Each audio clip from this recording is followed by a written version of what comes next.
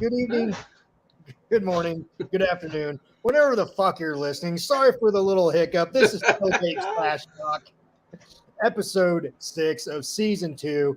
I got my main man Gary next to me. Gary, how you been, bud? I'm good, bud. I think that's just confirmation for all of them out there that we are doing this by ourselves. We don't have the big budget, the automation, all the bullshit of the producers from ESPN and everywhere else. We're doing this by ourselves. Yeah, that we are. That we are. Time got a little away from me there, so my sincere apologies. But nonetheless, we're here. We're talking another week of college football, another great week of college football. We almost had some big time upsets, but we didn't, unfortunately. But yeah, and we're going to preview this week's top 25 matchups, and this will be the first week that we do the Tailgate Trash Talk Heisman Stock Report. So you will get to see Mr. Gary Freeze and the Big Stoves, myself, our top 5 Heisman hopefuls. I'm excited for that. That was always a fun segment last year. Yeah. We had some guys in there that maybe the mainstream media didn't really pay attention to, and then by the end of the year they were kind of on the radar. Some of them fell off a little bit, but it's fun to kind of talk about individual contributions on a weekly basis, because we've been talking about teams all year. We've been talking about each week with the games and kind of how things are playing out per team. It's going to be fun to talk some individual contributions this week. I think there's some names in here that are going to surprise some people, honestly. I think so too. I think we've got kind of the big names covered, but I also think that there's some names in here that might surprise some people. And by surprise, meaning Gary is alluding to my picks, because no, some of mine are off the radar too. Just went off of like ESPN and like Football America's top 5 I would never ever be a crony. I like how you snuck that one in there, though. Yeah, bud. Yeah, I mean, absolutely. I mean, if the shoe fits, right? All right. Without further ado, let's get into it. Let's review last week's matchups here. Last week, buddy. We had a tough week last week too. Gary, I did not keep track of our wins and losses last week, because the week started off bad and it just kept going. It just kept on rolling. It was a tough one. We're gonna recover this week, I promise. For all of you out there that are following us, and if you're wagering on anything we're picking, we're gonna recover this week. Last week was a tough one. Yeah, absolutely. All right, let's get to it. BYU, Utah State. A little bit closer than I think we anticipated, but nonetheless, BYU got the victory, 38-26. That was a good Thursday night game.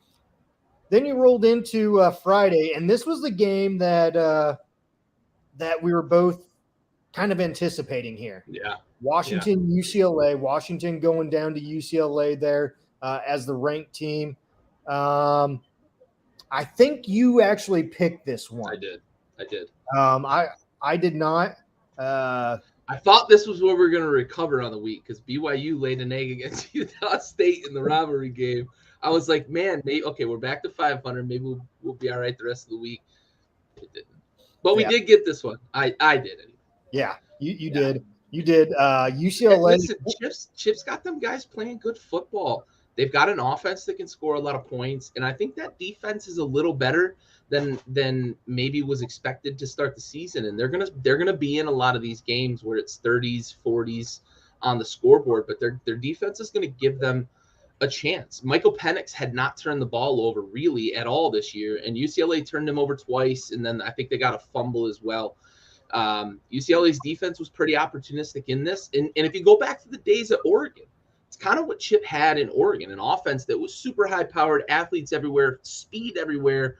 They're starting to get that at UCLA, but the defense at Oregon was always opportunistic. They had really good DBs that could track the ball hawks, So they're starting to build that a little bit in UCLA, and I don't want to say it too soon, but I'm starting to be a little bit of a believer that Chip Kelly may be back in his element in the college game.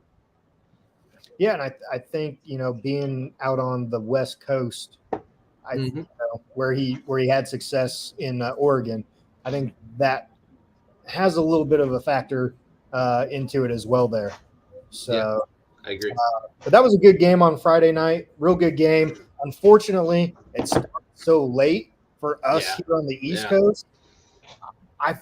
Unfortunately, I had to catch the second half highlights. Like, it was. I don't blame you, man. I was up watching that thing at 1 a.m, like, oh God. I'm glad I had a rooting interest in the game, but woo. Yeah, exactly. Man. All right, moving on. Saturday, Michigan, Iowa. I picked the upset here. It did not go in my favor. You obviously picked Michigan and went in your favor.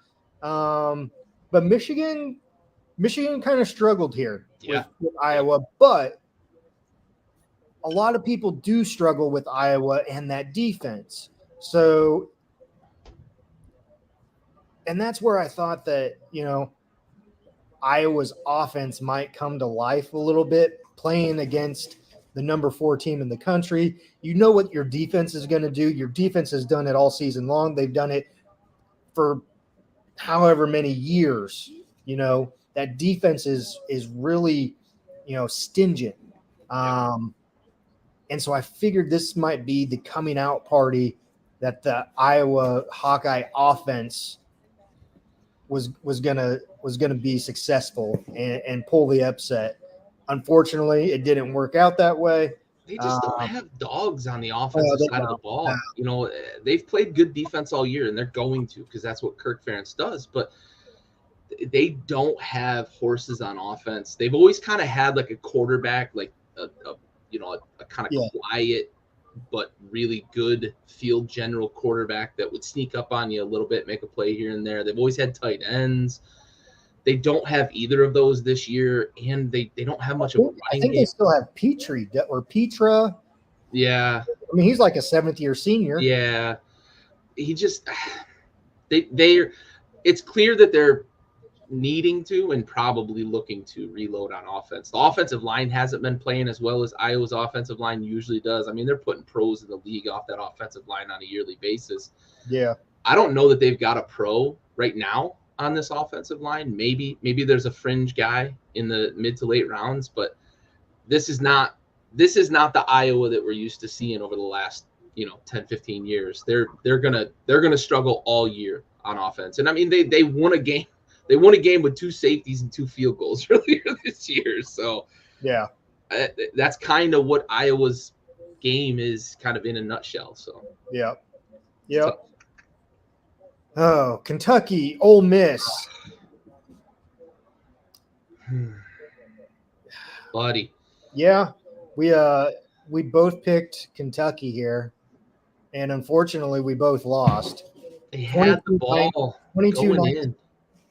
It was a good game. Yeah, it's a great game. Great game. If you're a college football fan and, every week you're looking forward to, top 25 matchups or just good games in general, this was a great week for you. You had 5 games featuring top 25 matchups. And this game did not disappoint. This one went down to the wire. And give it to Lane Kiffin. Lane and his, anecdotes or however you want to say it, especially after the victory. He is the king of the passive aggressive one-liner. Oh yeah, absolutely. Absolutely. I love it. I can't remember. Saban is kind of the king of the direct one-liner, the rat poison, right? That's always the one that sticks out. But Lane Kiffin has the greatest passive aggressive one-liners that I think I've ever heard from anybody in football. It was good. It was good. So, Ole Miss, the fans came out just like Lane called them out. They came out to support. They stayed, and they were victorious there, 22-19 there. So we'll see how Kentucky rebounds this week against South Carolina, and we'll preview that one later. So Oklahoma, TCU. Oklahoma coming off that loss to K-State the week prior, travels down to Texas and basically gets stomped. They got boat raced by TCU. It was never close. No, it was never close. Never close at all. It was nothing 4 minutes in. This is not the same Oklahoma defense or offense from the first few weeks. And that definitely did not play against, or that played against Nebraska. Yeah. Like absolutely. This is totally, and there's a saying that's going around, the curse of Nebraska. You play Nebraska, you win. Look what your record is after you play Nebraska. Northwestern can vouch for that. They ain't won a game yet. Oklahoma, now they're 0-2 after they played us. Yeah. Like, Georgia Southern. Yeah. Like, I mean, it's So this one. Look, this one for me, I think the Brent Venables defense. No, it's not. It's not. And I think this one for me was eye-opening. I, prior to last week, wasn't a believer yet in TCU. I thought that the offense was a little bit of a flash in the pan against some inferior competition. But you go hang 55 on OU, I'm starting to believe. And they've got an okay opponent this week that we're going to see. Now they're ranked. Now they're on the national radar. Can TCU replicate this type of performance as they get deeper into Big 12 play?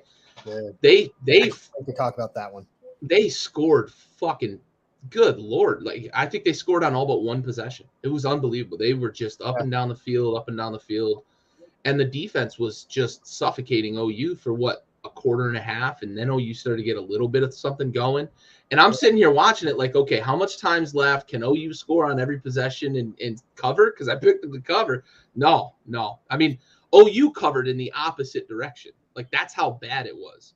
Yeah. TCU, I mean. OU was like a 24-point favorite, I think the number was. And TCU covered by 31. Like, holy shit. Yeah. It's a 50-point swing right there. Yeah. Crazy. Yeah. Purdue going to Minnesota. We talked about the spoiler makers last week. I literally said they're not the spoiler makers. I know. You literally said it, and you were all like, let's row the boat. Row the boat. That boat's taking on fucking water. Yeah, that boat's down in the lake down there, bud, in Lake Chippewa. Yeah, you ain't kidding. I literally said they're not the spoiler makers of yore, and they came out and said, nah, we still are. Yeah, we still are. Yeah. Yep. Again, that goes in the L column for both of us. Texas Tech, K-State. I picked Texas Tech here. I can't remember who you picked. I took the points, and they didn't cover. We're not talking points. We're talking teams. I know. I picked K. I think I might have picked K-State to win by a field goal, but I fucking missed my pick. Yeah, again, chalk it up to another L in our column. Yeah. Oregon State, Utah. This one, this one we got right. We really didn't see Oregon State going into Utah there and pulling out the upset. 42-16 Utah there. Alabama, Arkansas. Alabama 49, Arkansas 26. This one was another top 25 matchup, and it started off all Alabama. Then Alabama kind of took the brakes, pumped the brakes. That's when Arkansas crept back in. 5-point game there I think late in the third quarter. And then all of a sudden it was just like a light switch. Oh my God. A switch there for Alabama. They couldn't tackle Jahmyr Gibbs apparently for the rest of the game. No. They had a 74 and an 82-yard touchdown. Two runs over 70 yards there. Yo, that dude is fast. He's bad fast at running back. Yeah. I think the big news coming out of this, though, is Bryce Young getting nicked up. Yeah, absolutely. I'm curious to hear and see updates as we go here. I fully anticipate he's at least going to miss a week, which they've got a big matchup with Texas A&M. It's only big because of the Jimbo Saban feud, because Texas A&M can't wait. Very good right now. But yeah, I'm curious if Saban will play it safe with Bryce, and even if he's close, he probably won't play this week. So I think we'll see a lot of Jahmyr Gibbs, a lot of the running game, and a lot of defense from Alabama against Texas A&M. Yeah, absolutely. Absolutely. Rutgers, Ohio State. Rutgers had a good 7-0 lead there. Yeah. I was pretty optimistic. That I picked Ohio State, but I was pretty optimistic here that Schiano was going to pull off the upset, and lo and behold, that was not the case. They only scored 3 more points the rest of the game. Yeah. And Ohio State just throwing people out there and having career days. Yeah. Out there. It doesn't matter if you're wide receiver, running back, whoever. They're having the game of their life. This game was a prime example of how Vegas, I don't know how they do it. The line was 39.5. 39.5, and Ohio State won by 39. It's unbelievable how close Vegas gets all the time. But what do you think of? I have a question for you, because I think we share a similar mindset when it comes to shit like this. But what do you think of the fake punt by Ryan Day?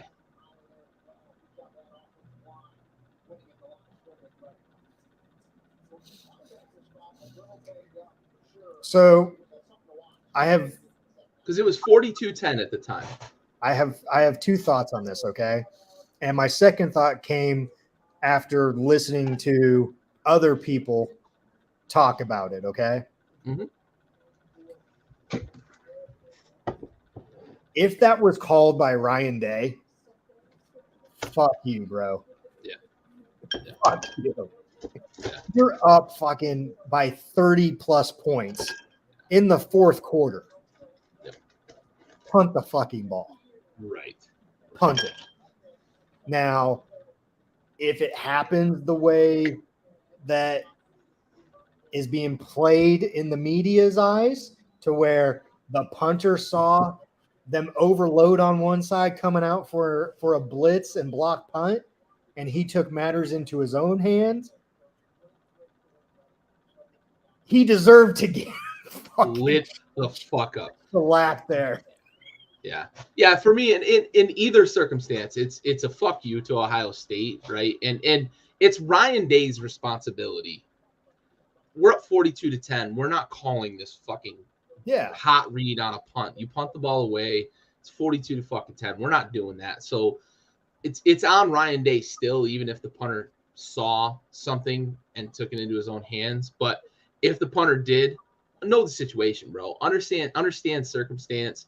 I heard some speculation that boosters had wanted them to cover. Like, come on, that boosters don't give a shit about that. They got oil money, bro. They got money. They got oil money. They got bank money. They're not worried about fucking Vegas money. So let's relax on any of the conversation of covering. This is an internal thing, and I'm glad Schiano reacted the way he reacted, to be honest, because no matter the circumstance, Ryan Day is responsible for what happened on that field.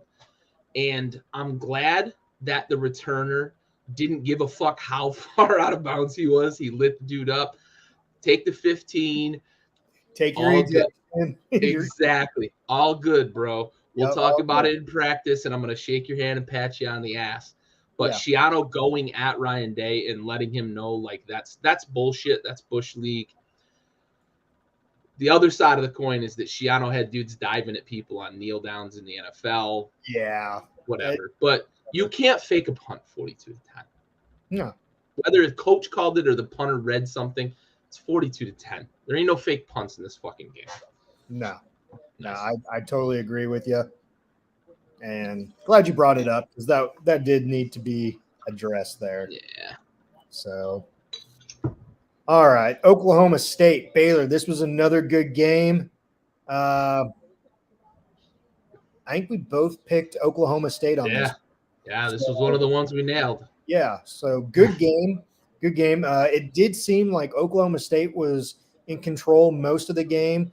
Kind of let Baylor back in there towards the end, but Oklahoma State for majority of that game was in control. Yeah, that is something I think Oklahoma State's going to have to figure out, because last year defense was their calling card. This year, multiple times they've let teams back into it, and in the first week, it was against a really, really inferior opponent that they were up by like 40 and ended up holding on late to win by a touchdown. And yeah, absolutely. UTSA with a big win over Middle Tennessee State, and honestly, I'm gonna say it now. Frank Harris is going to end up on an NFL roster as a quarterback. He's either going to end up in San Francisco or Baltimore, maybe Arizona, but he's going to end up in one of those places where they've got a primarily dual threat quarterback, because that dude, he's got all the tools. He just needs to get in a system that can help him structure his game a bit. Big arm, strong arm, accurate, very accurate, really sloppy feet. He kind of relies on his athleticism, and you won't get away with that to the next level. Really athletic, gets out of the pocket, makes smart decisions with the ball. They've got something there with him, and I forget the wide receiver's name, but they've got an NFL wide receiver on that team too. I think Frank Harris belongs on an NFL roster as a quarterback, possibly backing up Lamar Jackson or Trey Lance, maybe even Kyler Murray down in Arizona. Or just go ahead and take Kyler Murray's job, but he very well could, because that dude's that's for a different. That's for a different.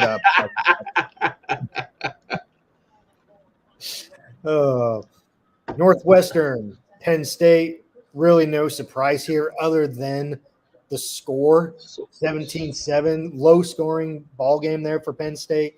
Again, we've talked about it for the past couple of weeks with Penn State. They started off to these good records, this 4-0. Now they're 5-0, I believe. And then where does it go from here? That's the thing. Got to finish the season. Got to finish the season. They haven't finished in the last 8 years under Franklin, really. Yeah. I'm gonna kind of fucking jab myself with a fucking fork here. I literally said last week, Penn State doesn't blow anybody out. And then I laid the points against Northwestern, and they didn't cover. Like, I went against my own intuition and paid the price for it. Yep. Trust your gut. Yep, exactly. Wake Forest, Florida State. Wake Forest 31, Florida State 21. This is one where Florida State was favored by a tud, and we were both saying, where is Vegas getting this? Like, do they know something we don't know? We both went Wake Forest. We both won this one. Wake Forest had it in the bag in the first quarter. They let Florida State back in the second half there. But Sam Hartman is, I love that dude. I do too. He's leading the way there for Wake Forest and the Fighting Deacons there. I mean, at least we got it right. Vegas didn't. So yeah, crazy. I couldn't believe it. Look, Florida State's not one of the 25 best teams in the country. No, I can't believe they were ranked. I couldn't believe they were favored. I get it. The top 25 is shuffling pretty heavy these early weeks as teams kind of level off and wins and losses are happening. But Florida State's not one of the 25 best teams in the country. No, not at all. Not at all. A&M travels to Mississippi State. Mississippi State was a 3-point favorite.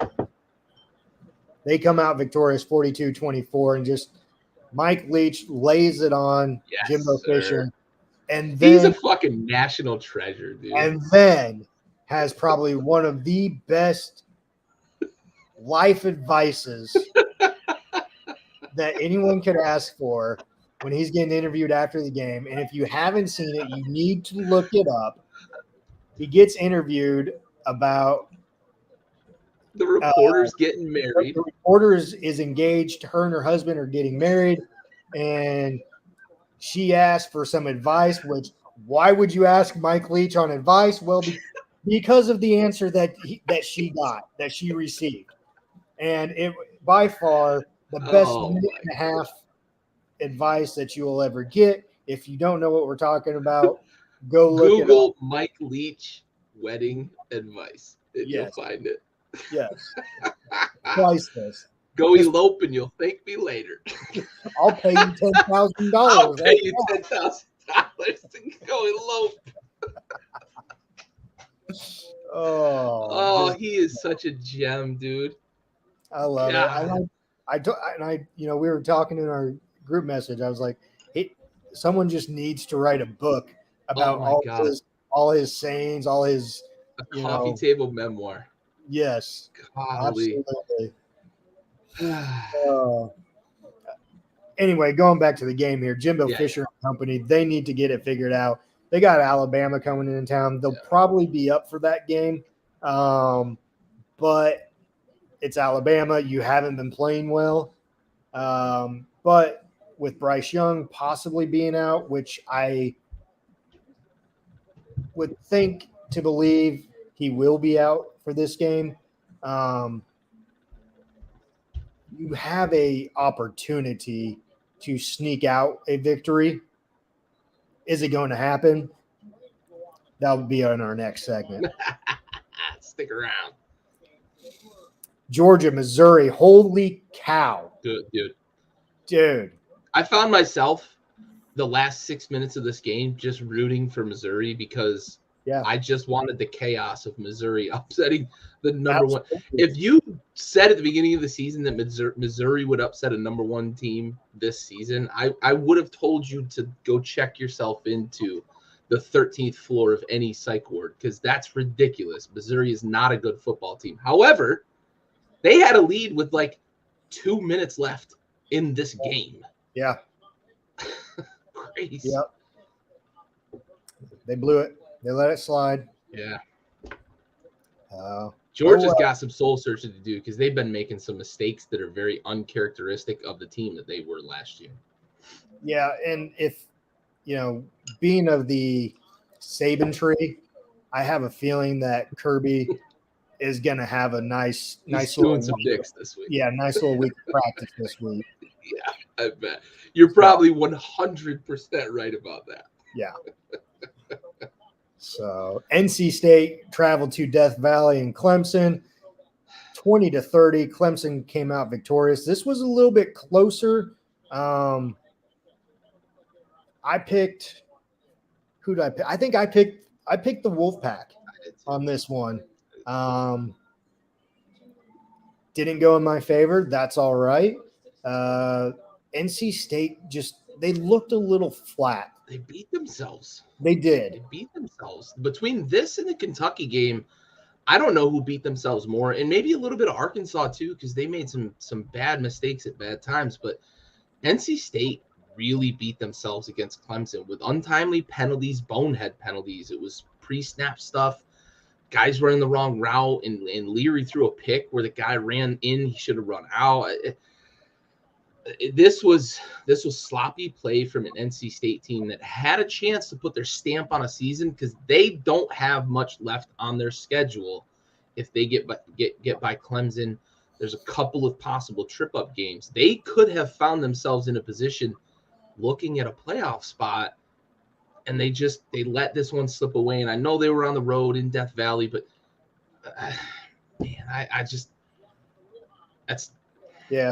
that's one you got to look at. If you're the Wolfpack, you got to look at that one and say, fuck, we let that one get away.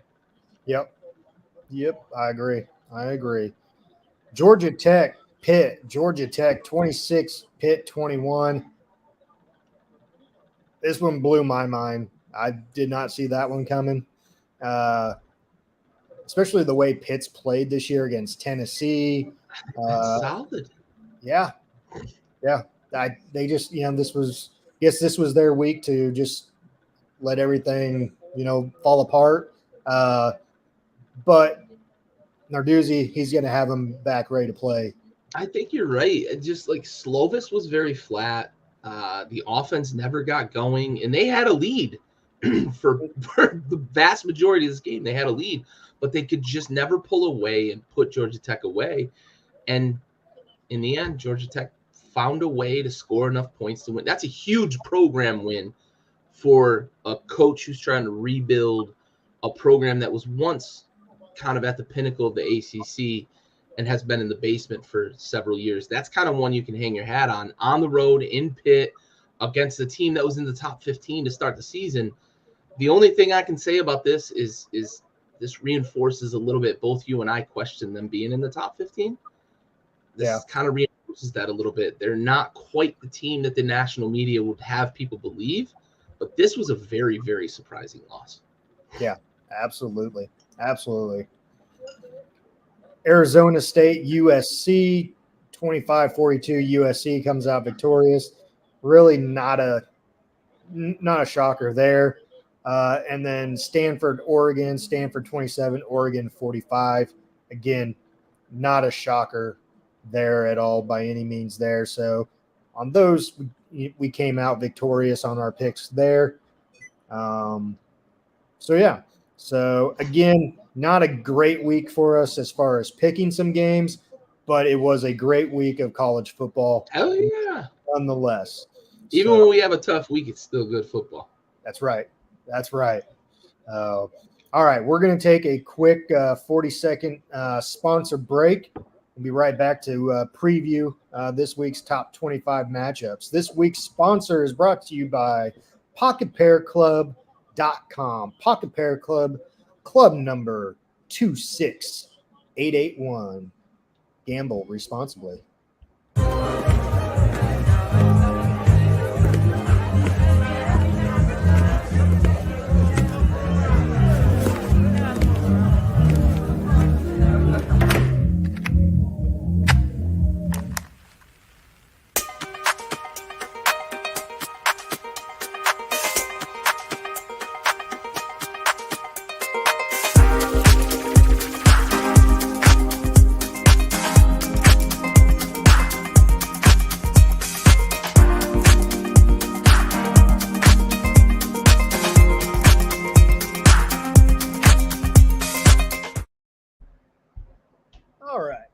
Here. That little commercial break was brought to you by PocketPairClub.com. Pocket Pair Club, club number 26881. For all of your gambling needs, please gamble responsibly. All righty, let's get into a little top 25 preview. All right. Saturday, South Carolina travels to Kentucky. Kentucky is a 10-point favorite. Gary, what do you got here, bud? Stoops is going to get these boys to rebound. That was a tough loss last week. South Carolina's been kind of scuffling. I know they've got a couple of feathers in their cap. Rebuilding program there with Beamer ball, but Kentucky and they're going to be a little too much for South Carolina. I think they're going to try to put their stamp on something here coming off that loss. I'm going to lay the points with Kentucky. You lay the points. Okay. All right. I am going to disagree with you here. I'm going to pull the upset. Hey-o. Go Gamecocks travel to Kentucky and pull off the upset. Let's go Gamecocks. Beamer ball. Let's go Cox. Let's go Cox. Cock Commander. Michigan, Indiana. Michigan 22.5-point favorite at Indiana. Really, I don't see this one as being a trip-up game for Michigan. If it is, great. I don't see it happening here. Yeah, me neither. Michigan's going to roll pretty heavily. Lay the points if you're betting on it. Indiana's just not a very good team. And Michigan is still playing pretty good ball. So, yeah, yep. I wish his backyard blitz was efficient as you guys. Andy and I get going back and forth a little bit sometimes. It's a little easier with two people on the show. You don't have three to pass it around to. Sometimes. No. What? Yeah. Tennessee, LSU. Top 25 matchup right here. Tennessee, just a 3-point favorite. I don't like this. I don't like it. I know it's in Death Valley. But it's a noon game. It's not a nighttime game. It's a noon game. Hendon Hooker is going to go in there, and he's going to slice, and he's going to dice, and he's going to come out victorious here. And Brian Kelly can go be with his family with that L. Go Tigers. Go Tigers. I'm with you. I'm with you 100%. If this was my brother was like, go Tigers. Go Tigers.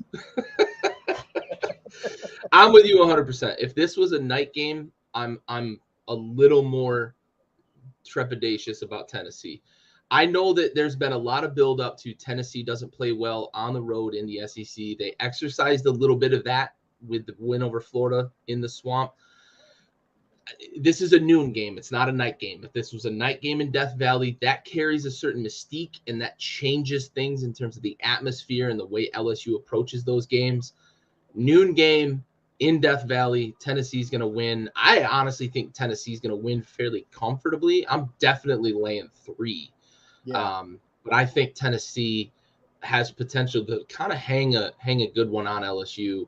LSU, I know they're a top 25 team, but I think they're kind of like Florida State for me. They're not right now. They're not one of the 25 best teams in the country. Yeah. Maybe Brian Kelly builds something down there because he did build something in Notre Dame, but they're not one of the 25 best countries. No. That's it, Aaron. They come to life at night. Yeah. Yeah. All right. 17, TCU travels to Kansas, number 19. Game day. TCU favored by 7 here. I'll let you speak on this one first. Listen, I love the Kansas story. I'm going to preface with that.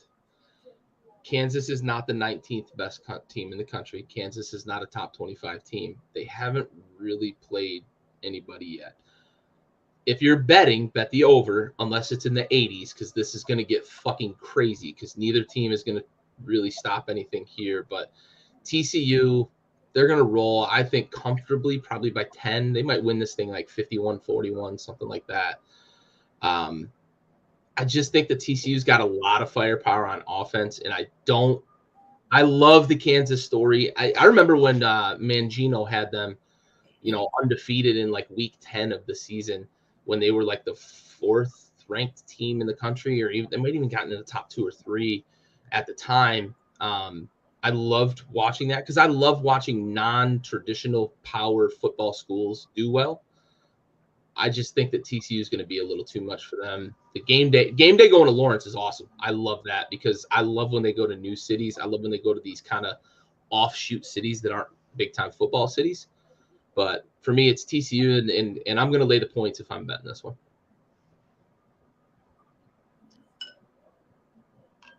Here's my 2 cents. You gonna rock? You gonna chalk? I'm not gonna rock. I'm not gonna chalk.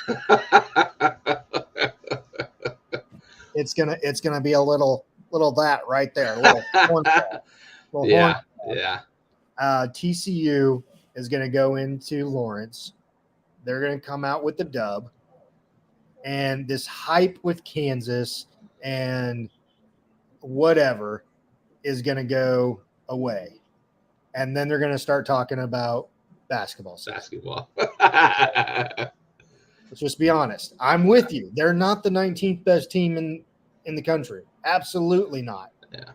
And honestly, I mean, I think the only reason why game day is there is because both teams are undefeated, and the university kind of lobbied too. They did. They did a hell of a marketing job to get them to Lawrence. Lobbying. Yeah. So I get going to, some schools you've never been to, but hey, boom. Why weren't you there in 2009 with Mangino? Yeah, for sure. I agree with that. But whatever, neither here nor there. But TCU. I do like the non-traditional football powers having these kind of runs. I do enjoy it, but TCU is gonna stomp on that this weekend. Yeah, unfortunately. Yeah. And look, I'm from the Syracuse area. Syracuse is 5-0 right now, but they're not they're not. And I'm glad the pollsters agree. They're not a top 25 team. Yeah, it's a great story. Syracuse hasn't been 5-0 in quite a while. It's awesome to see, but they're not a top 25 team either. So I'm not being biased against Kansas. I just wanted to establish that. Yeah, we got it. We got it. You're good. You're good. Arkansas travels to Mississippi State. Mississippi State is a 9.5-point favorite here. This one's tricky for me. This one is tricky. I could go either way on this. I'm actually going to go Arkansas. I think Arkansas bounces back. If they don't, I see this season going downhill quickly for Arkansas. Arkansas had a lot of hype after the first couple of weeks. They're in the top 10. Now they're not ranked. So Arkansas needs to get back on the winning track here, and I think they can do it here against Mississippi State. But like I said, if they don't this week, I think Arkansas is on that roller coaster ride of a season to where it's downhill, and then they struggle to get bowl eligible. Yeah, it could. The SEC schedule never lets up, and if you're dropping games like this, the loss to A&M was kind of the big crux in the whole thing. This is a pivot point for Arkansas, and you're absolutely right. This game, I think, is, as Aaron put it, this is the get right week. If you're going to get right, it's this week. It's on the road against a pretty good opponent, but an opponent that you are, honestly, you're better than Mississippi State. I love Mike Leach, but you're a better football team than Mississippi State. If you're looking across the board, the talent, the athletes, what you've got going for you, for me, this is Arkansas. If you want to play it safe, take the points, but I think Arkansas is going to win this game in Mississippi State, in Mississippi State's house. I do think that they're gonna pull this out. I just have to believe that they're gonna learn from the last 2 weeks. It was self-inflicted stuff, both against A&M, the fumble at the goal line especially, and then against Alabama, they made some knucklehead plays, bad blown coverages, bad blown assignments. So Arkansas, for me, it's gotta be. Yeah. Oh. Yeah. Go Gorillas. So little Pitt State action there. Good hearing from you, Bo. Good hearing from you, bud. All right. South Florida, Cincy. Cincy is a 27.5-point favorite. No question on this one. Cincy, I know you're in agreement with this one as well, and you're going to lay the points. I think it's going to be a little closer. So, give me the points with South Florida, but Cincy's going to win this game, probably 2 tutties. Okay. All right. Auburn travels to Georgia. Georgia is a 30. Well, I'll take this. I'll take the lead on this one. Yeah. Brian Harsin is going to get fired at some point in time during this season. He knows it. But what are the odds of an upset to save his job? Then you're forced to keep him. Mm-hmm.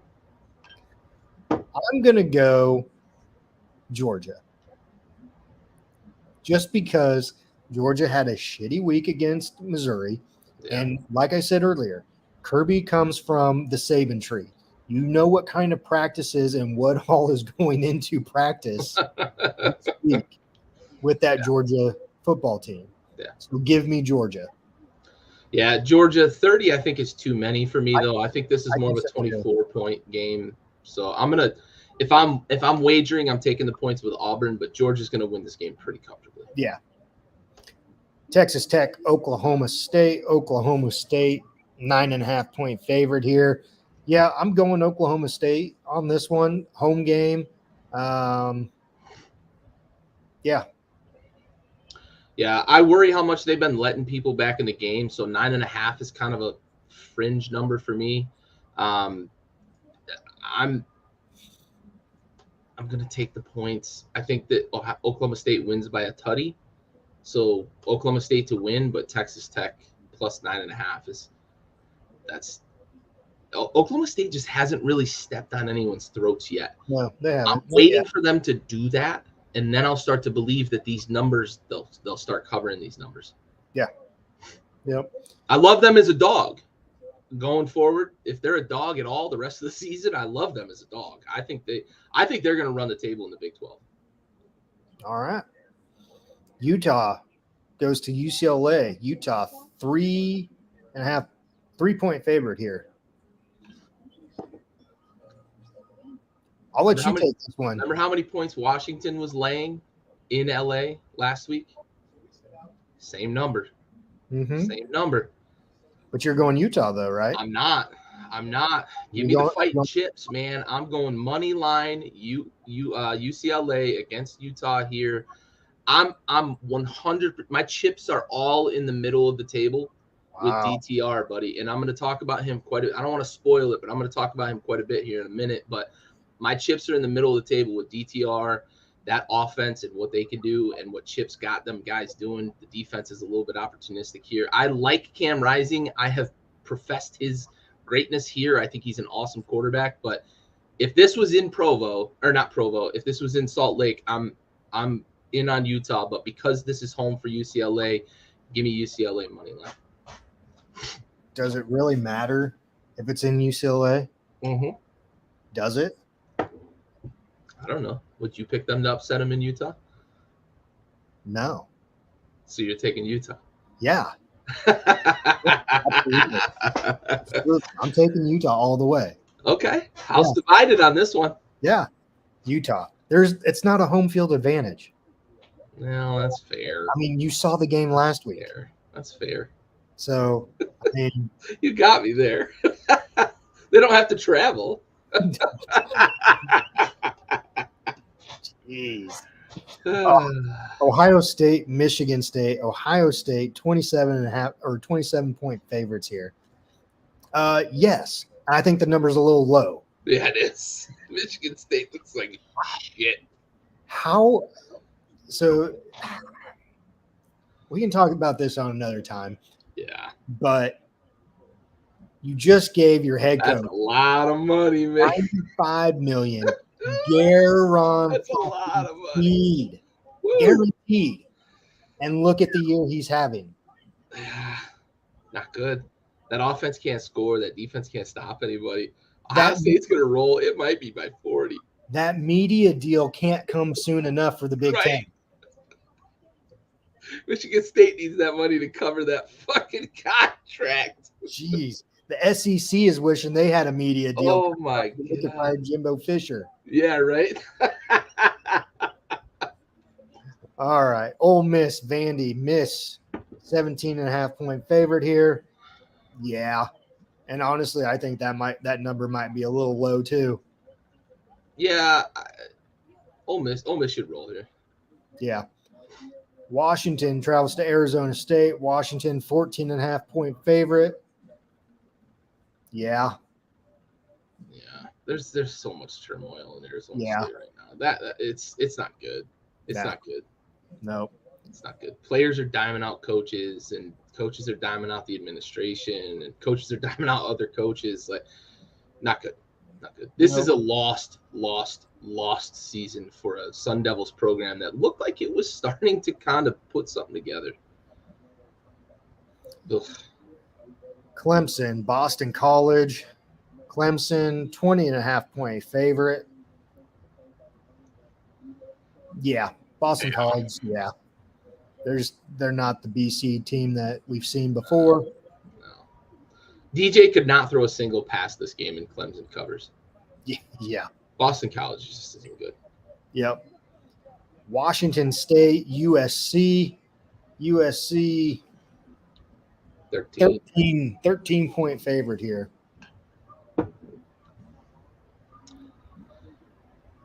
I'm laying the points. All right. I'm going upset. You're going upset. I'm going upset. Hey, I'm stepping out of the way. The floor is yours, sir. Nah, I'm still not totally sold on USC yet. I'm really not. I'll just throw it out there. I'm just not. I don't know what it is about them, and maybe it's just because it's the Pac-12. Maybe That's entirely fair though. But I'm just not totally sold on them. Yeah. You know, if they can get a couple more victories, then yeah, I guess so. Because then they'll be 7-0 at that point in time. Then you kind of have to start looking at them as contenders. And don't get me wrong, Caleb Williams, he's the hell of a quarterback. Lincoln Riley, hell of a coach. Okay, they got that program nationally ranked where they haven't been in quite a few years. Right. So you have that going for you. I just don't know if I just don't know if they can sustain it. I think a bad loss is coming for USC. I just don't know if it's Washington State. I think that's where I'm at with this one. I just don't know that it's Washington State, but yeah. I think you're right that a bad loss is coming. It might be Washington. It might be Oregon State, right? I think they're on the road at Oregon State this year. Or no. Sorry, they just blew out Oregon State at home. I think they're on the road at Washington. That could be the loss that they take, something along those lines. Stanford, Stanford played them kind of tight, so I think there's a bad loss coming for USC. I just don't know where it is. Not Washington State though, for me. All right, no, all good. Army travels to Wake Forest. Wake Forest 17-point favorites. Yeah. Wake Forest. Yeah, I know that's Wake, you have.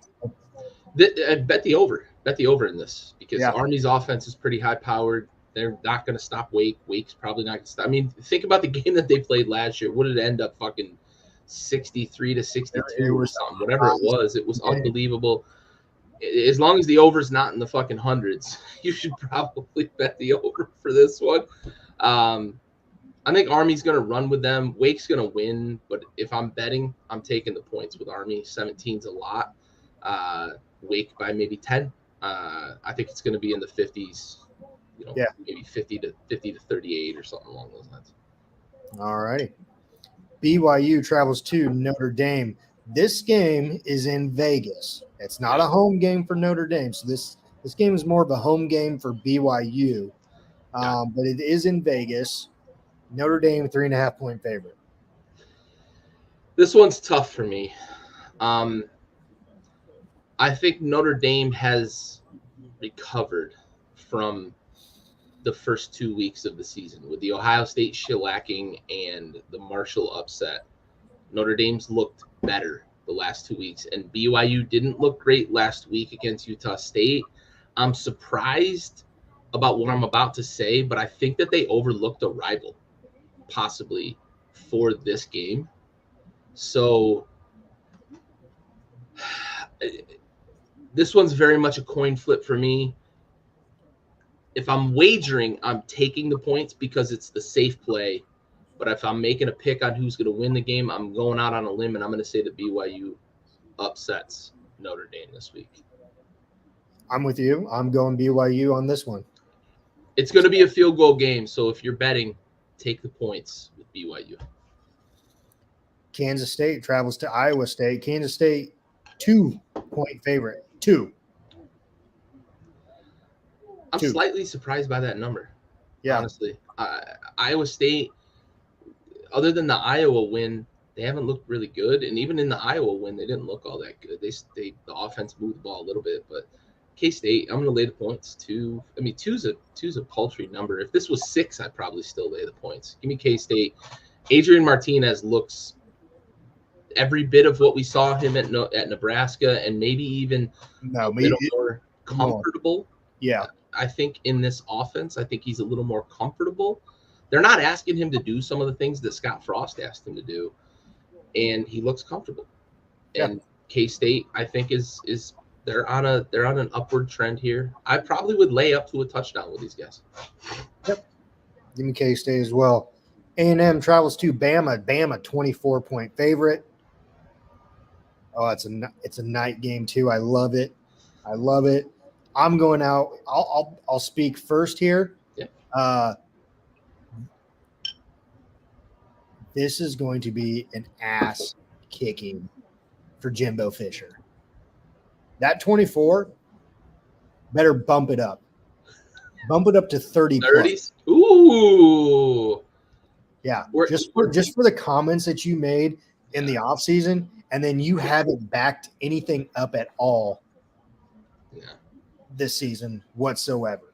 You're more worried about what other coaches saying about you and everything else, and you're not getting the job done in where it matters the most, and that's in the W column.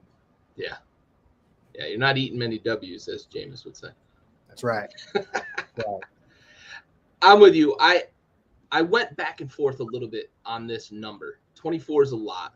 And what worried me was Bryce Young. But as Monday rolled into Tuesday and Tuesday rolled into today, I had Texas A&M initially plus 24 if I was wagering, with Bama rolling by 3 touchdowns. But I think you're absolutely 100% correct. They're home. It's a night game. Saban's going to have these boys up. I could play quarterback for Alabama, and we would beat Texas A&M by 30 this week. So, yeah, I'm laying the points. Bama's going to fucking hammer a Texas A&M team that still, in week 6, doesn't have a fucking quarterback. Yep.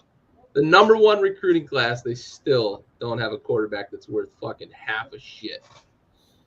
Florida State, NC State, 3-point favorite here. That's a fucking insulting number. I'm laying up to 10 with NC State this week. Give me that. I'm laying the points. Florida State, way overrated in the media right now. I get that the name recognition is what it is. NC State's going to want to bounce back from how bad they played against Clemson. I'm laying the points here. Devin Leary's not going to let that loss last week sit very well with this team this week. Yep, I agree. Give me NC State. Oregon travels to Arizona. Oregon 13-point favorites. Yeah, give that to me. Yeah, this number feels low too. There's several numbers this week that felt very low. I don't know if Vegas is trapping us or what, but I'm laying 13. I'm probably laying 23 with Oregon against Arizona. Yeah.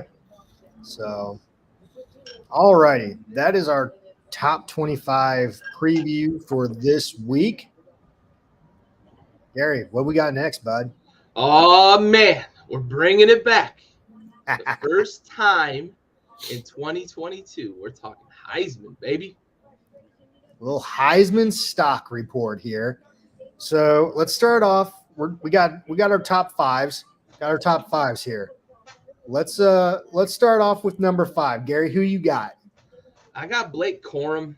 For me, the numbers he's put up for Michigan, I know they haven't necessarily played high-level competition. They're getting into Big Ten play. But for me, he's putting up the numbers that are deserving to be considered in the Heisman race. Running backs winning the Heisman are kind of, a thing of the past. But I think this guy is enough of a dual threat to stay in the national race for the remainder of the season. So he's kind of what makes the Michigan offense go. They've got a couple of quarterbacks that they like to rotate, but Blake Corum, really, as he goes, that Michigan offense goes, and they're in the top 5 in the country. So for me, Blake Corum here at number 5. Got to give a running back some love. It's a quarterback award, but got to give a running back some love, man. No, I like your pick there. He was on my stock report last year. Need to see a few more games from him. Have some breakout games there. But yeah, no, I totally agree with you. For me, I have Caleb Williams. And it's just, for me, I know he's putting up some numbers there at USC, but it's Pac-12, and they haven't played anybody really, to me. So that's why I kind of have him at my number 5 right there.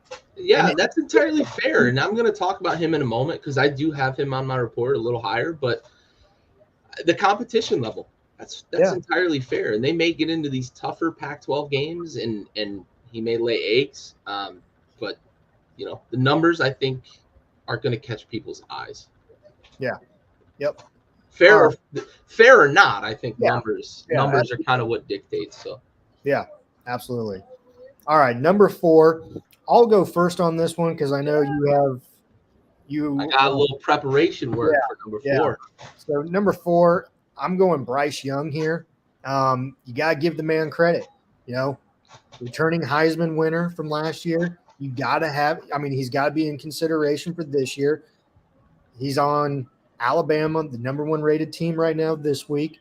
You know, he had a great game, come from behind game against Texas. Led that team to basically put the whole Alabama team on his back and won that game for him. I know the kicker, you know, made the field goal and everything, but he's the one that got it down there. Yeah. You know, but now just a second. I had 1,200 passing yards, 14 tugs, and 3 INTs so far this year. I mean, 5 games into the season, 1,200 passing yards, so and only 3 INTs. Yeah, pretty solid. So I don't want to spoil, but I sort of like as you talk about that, I sort of feel like I disrespected Bryce Young a bit, but the injury to me, I think he's going to miss at least a game. Plus, you don't know that yet. You don't know that yet. Don't know that yet for sure. I think he is, but do we get a little maybe when guys win early in their careers, right? He won as a sophomore. Manziel, oh dude, second Heisman would absolutely, like, you win a second Heisman, that'd be fucking, like, not just NFL, like NIL, you're getting a massive payday. Yeah. But he won as he, you know, and we saw it with Manziel. He won as a freshman. Winston won as a freshman, and then it was like the next seasons. You're like, what's the next thing? So I almost feel like personally, I have a little bit of that bias with Bryce Young. Like, oh it's Bryce Young. He's awesome, and he's putting up these gaudy numbers. But it didn't hit on my radar. You know what I mean? Like, but here's the thing though too. Look who he had as receivers last year, and he got the job done.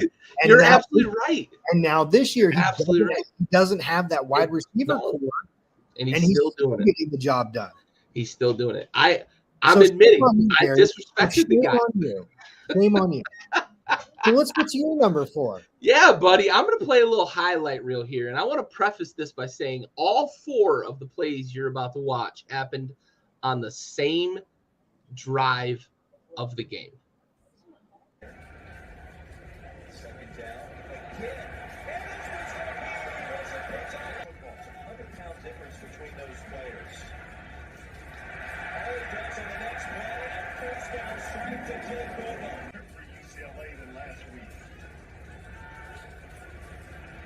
Side pressure coming. Thompson Robinson sensing it. Trying to get to the edge.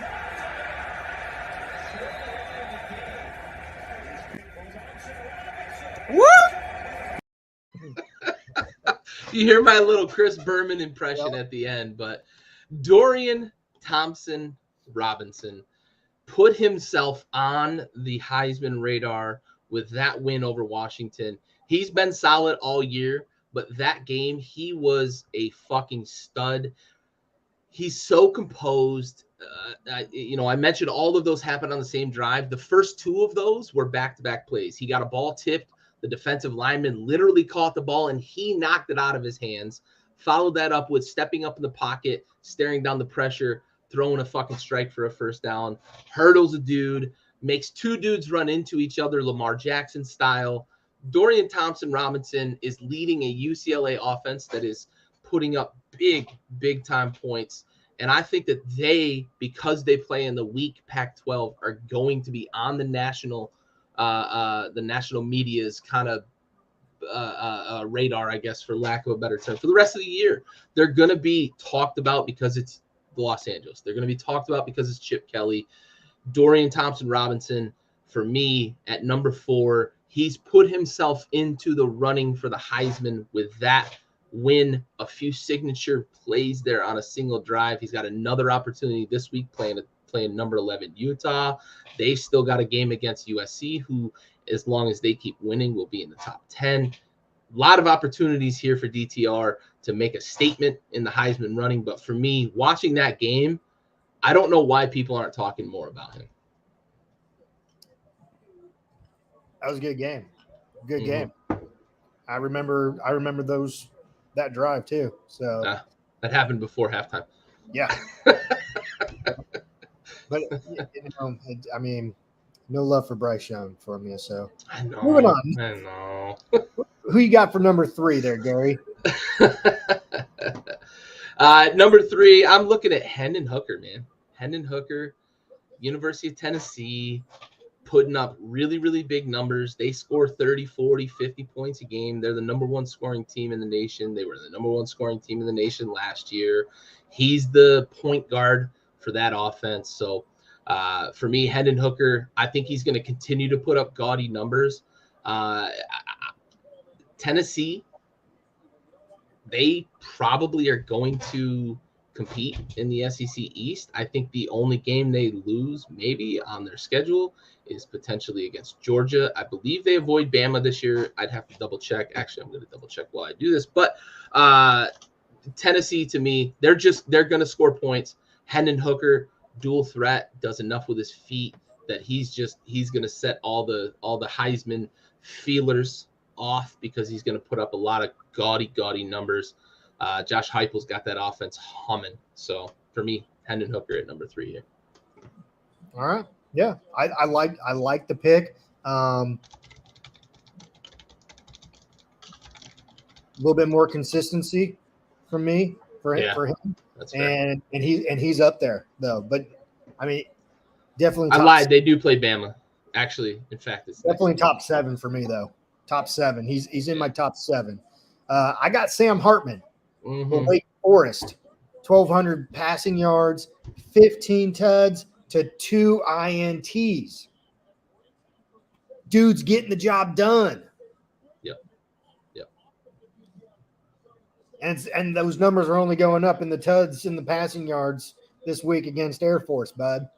This is another guy I feel bad about not having in. I had 9, I think, names that I rattled. But dude, you're doing it right, man. You're doing it right. I told you you were going off of. I was not. I'm looking out there at the broad scheme, the broad landscape of college football, and I'm plugging these players over I'm giving you full credit for Sam Hartman for sure. He belongs. He belongs in the Heisman conversation. He's probably 6 or 7. Him and Bryce Young, I think, are the next 2 out, but for sure, great pick with Sam Hartman, man. Yeah, thank you. Appreciate it. Yeah. Who you got for number 2? I'm looking at Caleb Williams. For me, it's the numbers, it's the offense, it's the city. USC is always going to get consideration. They're always going to be in the spotlight. They're winning games. As long as they continue to win games and he continues to put up the numbers in those wins, he's going to be in consideration. So for me right now, the pivot man on the number 6 team in the country, in the second biggest city in the country, in one of the most prolific and high profile universities in the country, is number 2 for me. All right. So you got Caleb Williams 2. I have him at 5. I got CJ Stroud at number 2, and I know he's high up on everyone's draft picks and everything else. They honestly haven't played anyone though either. But in those games, they have literally dominated every team that they played, and CJ Stroud has put up gaudy numbers, like Tecmo Football Bowl numbers. I mean, he's got almost 1,400 passing yards, 18 tuds, and two TDs. So yeah, I can see why everyone is gushing over this guy and why he's the clear Heisman favorite right now. Yeah. But to me, they haven't played anyone. And and I get, the players don't make the schedule. I get that. Okay. If they can keep doing this and at the rate that they're going and, against the Michigan, to close out the season, if they can do it against Minnesota or they obviously did against Wisconsin, but Wisconsin is not the Wisconsin team that we've come to know. So honestly, I mean, if they can keep doing it, then yeah, he's going to be up there. Unless he, at this point, to me, he's the clear favorite in everyone's eyes. So it's his to lose. Yeah, it sort of is. Sort of is.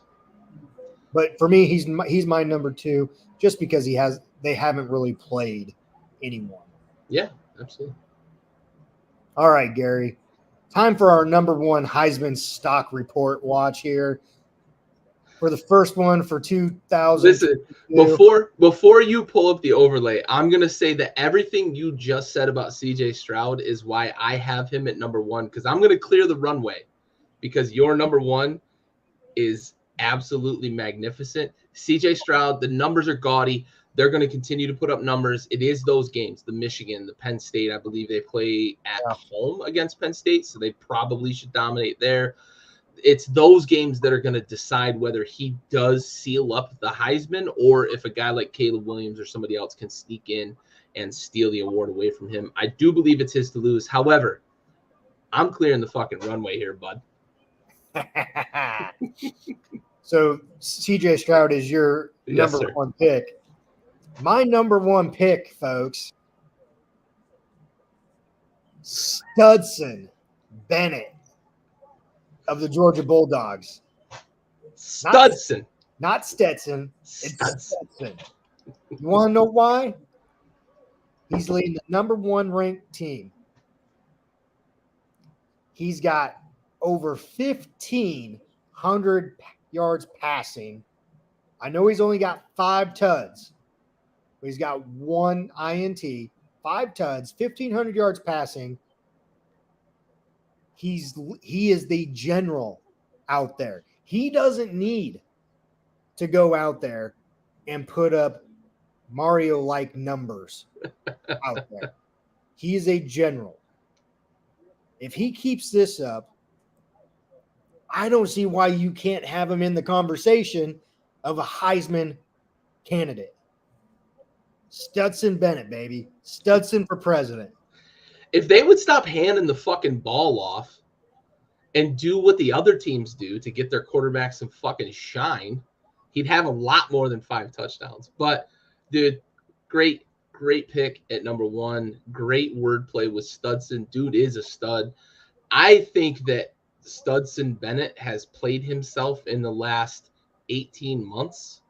By the end of this season, the last 18 months, he'll have played himself into a pretty high pick in the NFL draft. I don't think there's any reason why a guy with his skill set, his leadership ability, his charisma can't be successful at the next level. I'll be curious to see where he lands, but I do think that he's got the tools to succeed at the next level, despite being a walk-on at Georgia that waited 3.5 years to get an opportunity to play quarterback at his favorite college. Yeah, Aaron, I love Frank Harris. I do. It's hard. And I read an article. So I a little aside here. I read an article this past week about like small school quarterbacks that win the Heisman. And the big conversation is about like Deion Sanders mentioned, like, let's get the Shedeur Sanders conversation going, right, for Heisman. It's unfortunate. It's not fair. I won't say that it's fair. I won't say that it's justified. I won't say that it's right. But for guys at those schools to do it, they've got to do some crazy stuff. And you look at what Steve McNair is the last guy really to win at a small school. He was at an FCS school. He had like 60 some tuds and like 6,000 total yards. And like the numbers were just gaudy. I love Frank Harris. we are Roadrunner sympathizers here on the show. We support UTSA through and through. But Aaron, we support you. Heisman, I love the guy. And I said, listen, I said to open the show, he's going to be an NFL quarterback. So I gave him some credit, right, Aaron? Is that fair? Is that fair? Do I get credit for that? Yes. Fair. Not at all. It's nothing to scoff at, for sure. It's nothing to scoff at. But if you extrapolate that over the course of the season, he's going to have like 60, and that's going to be close. So let's see as we get later in the season how he's going to be, for sure. For sure. All right, Gary. We previewed, reviewed, and then we had the Heisman Stock Report. Yes, sir. I'm so glad it's back, dude. I too. love talking Heisman with you, buddy. Yeah, absolutely. We're going to keep it going the rest of the season, and we'll see where we land at the end, bud. But another great week of college football this week. We got some good top 25 matchups. Yeah. One game that we did not talk about, and it's because they're not ranked, Red River rivalry. Yeah. Oklahoma, Texas. Yeah, so for sure. That'll be a good one as well. See if Oklahoma bounces back or if Texas comes out victorious there. So, yeah, for sure. Actually, it looks like Ewers might going to be back. Play, right? Might actually play against Oklahoma. So good. Like to see that. He's a guy that I think has a lot of potential there. And honestly, I hate to be kind of the 2020 or hindsight is 2020 guy, but I do think that Texas has a decent shot at knocking off Alabama if Ewers plays that whole game. Yeah. So it's good to see him back for Texas. Yeah. Yep. Makes them better. So, yeah. All righty. Well, without further ado, that is it for Gary, myself, and the Tailgate Trash Talk. Thank you guys for joining us again. Thank you for the good conversation. And Gary and I will be back at it again next Wednesday, 8 o'clock, for another great week of Tailgate Trash Talk and our Heisman Stock Report watch. Yes, so sir. we appreciate it, everybody. Absolutely.